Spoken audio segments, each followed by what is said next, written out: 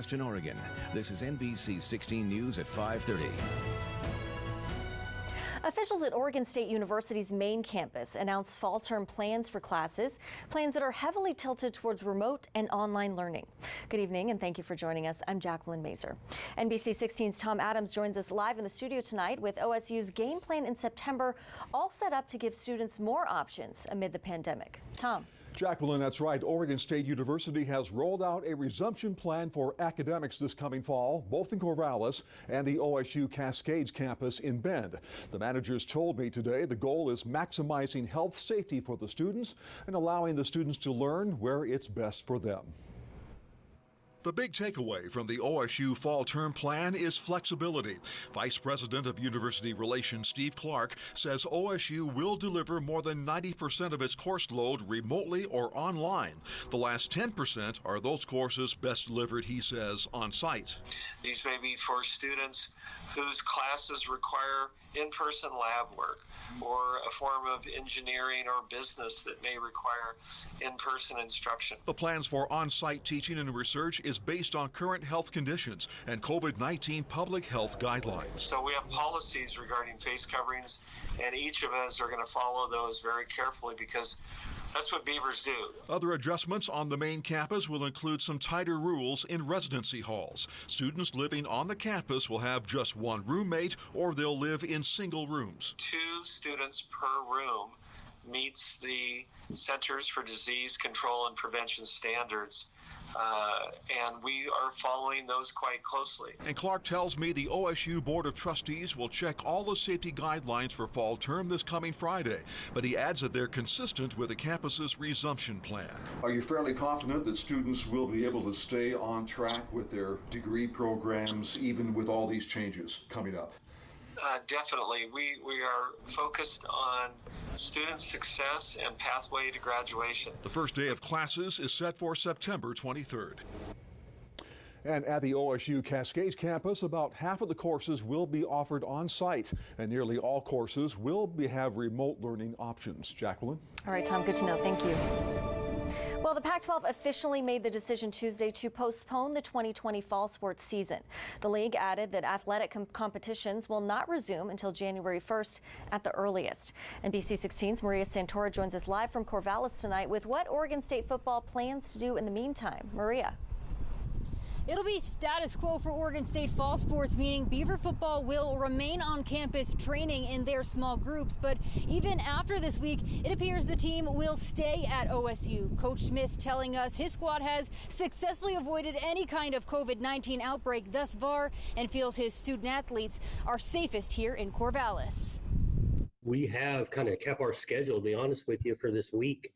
That has not changed what we're allowed to do. So we have weight training going on in the morning, and then we're doing some position meetings and walkthroughs in the afternoon. And I actually asked the team, I mean, it was really tough on the team, obviously, when these news broke, but just asked them what they wanted to do, and they wanted to continue. We had, today being Wednesday, meetings and walkthrough, and then we're going again in the morning with the weight room and meetings in the afternoon. Will we adjust that? Yeah. I met with the Leadership Council today. And so we got some thoughts on moving forward here, but currently this week we're gonna finish our schedule that we had planned. Coach Smith says if competition does resume as projected on January 1st, in theory they will restart fall camp sometime in mid-November. Reporting live in Corvallis, Maria Santora, back to you. All right, thank you, Maria. Oregon surpassed the 22,000 mark in COVID-19 cases. The Oregon Health Authority reports 258 new cases and 7 new deaths. 375 people have died since the pandemic started. Some good news, though. OHA says the daily cases of COVID-19 decreased last week. The percentage of positive tests decreased to 5.4%, and hospitalizations have plateaued. Today, Kaiser Permanente Northwest announced it was chosen as one of 3 Kaiser sites in the country to participate in Pfizer's phase 3 trial for a coronavirus vaccine. They say they'll begin recruiting patients locally and administering injections as early as next week. we're currently starting a Pfizer vaccine trial that's in the last stages of vaccine development.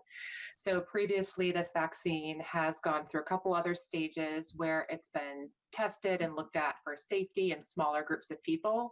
And now we're at the point where it has shown favorable outcomes and favorable safety profiles. So now we're testing a large group, 30,000 people globally, to look at whether or not it's effective and it's safe in this large scale.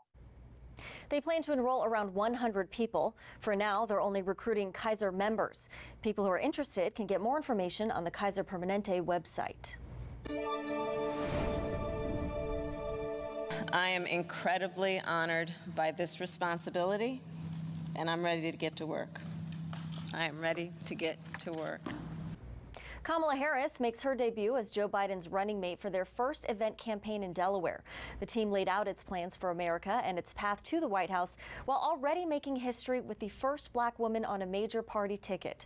Biden believes Harris is the right partner and is already helping energize the party and work towards victory in November. Today's joint appearance is a preview of the Democratic National Convention, which kicks off online next week. And as the country prepares to elect a president during a pandemic, many states are expanding mail-in voting. President Trump suggested this could lead to voter fraud, but Oregon has been voting by mail for more than 20 years. Lane County Clerk and Elections Manager Cheryl Betchart says all eligible voters in Lane County receive a ballot in the mail before Election Day. After filling out the ballot, voters place it in a secrecy sleeve and sign the return envelope. So we only process those where there's a signature that matches. Anytime something doesn't match, we have a second team that will review the signature for matching characteristics, following a very specific, detailed procedure that's in place statewide, and somebody would be notified if their signature does not match. Betchart says there's never been a problem with voter fraud in Lane County. Voter turnout has increased as a result of mail-in voting. And voters can be assured that elections are conducted with the utmost transparency and the utmost integrity, which is extremely important to us. Voters can mail their ballot back with no postage needed or return it to a local drop-off site. To be counted, the ballot must be received by 8 p.m. on Election Day. The deadline to register to vote in this election is October 13th. Election officials plan to conduct November's general election as normal and do not expect changes in the voting by mail process under COVID-19 restrictions. While the Oregon Employment Department is still working on issuing unemployment benefits a lot faster to those who applied. Since the pandemic began in March, the Employment Department says they paid out $3.7 billion in regular unemployment benefits. They paid 40,000 people $97 million in pandemic unemployment assistance, and there's a brand new program to help pay people while they wait for their claims to be resolved. The biggest challenge for the regular program continues to be the adjudication process, and that's why we're focused on doing anything we can to speed that process up and to help people get benefits even while that process is ongoing. That Benefits While You Wait program is a key innovation. We're in the early stages, and this is a brand new approach for Oregon.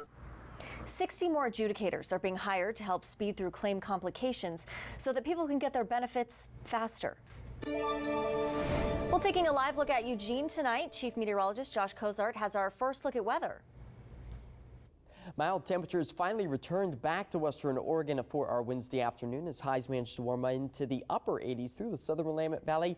83 for our high in Roseburg and out along the coast. Very manageable into the mid 60s and where we should be for this time of year. But that 24-hour temperature difference down by about 10 degrees through the I-5 corridor. Not much of a change, though, out along the coast. You can notice that some of those clouds that we saw earlier in the day pushing their way out of our area. Now clear skies will reside as our overnight lows fall into the upper 40s, so it will be on the chillier end of things as the sunshine makes a comeback tomorrow. But we're talking about the hot temperatures returning to much of western Oregon. Dangerous heat of potential. We'll discuss that coming up in my full forecast. All right, Josh, thank you. The investigation continues into the downtown riots back in May. Eugene police released more than 60 photos of suspects involved in the riots at 7th Avenue and Washington Street. Now here's a glimpse at some of those photos. Eugene police say the Special Investigations Unit reviewed hours of surveillance video and social media posts, which led to some arrests this month. What started as a peaceful protest downtown turned violent. Several businesses in the area, like Five Guys, Jimmy John's, T-Mobile, and Starbucks, destroyed.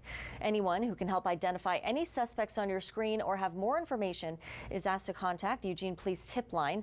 The photos of all suspects can be found on our website at NBC16.com.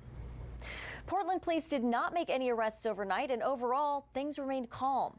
A large group of protesters did block traffic for several hours on East Burnside.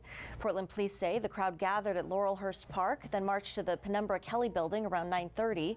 Just before 1 a.m., police say some protesters entered the property but cleared out when officers warned they would be arrested if they are trespassing. After the Seattle City Council voted to defund its police department, Police Chief Carmen Best announced her retirement, and finding her replacement will take longer than usual. Mayor Jenny Durkin says she won't even start a search until next year, but finding a candidate, union officials say, won't be easy. The City Council's budget cuts mean 100 fewer officers. Union President Mike Solon insists fewer officers means more crime, and that's a tall order for a new top cop. Adrian Diaz will take over as interim chief next month. The mayor says there will be no chief recruitment until after the budget cycle wraps in the fall. Well, coming up on your only local news at 5:30, the now famous Black Lives Matter mural outside the White House, raising questions about political messages on public streets. And when we're not on air, we continue to bring you the latest developments on our website, NBC16.com, and on our Facebook page at KMTR News. You can also download our KMTR News app on your phone for free. We'll be back right after the break.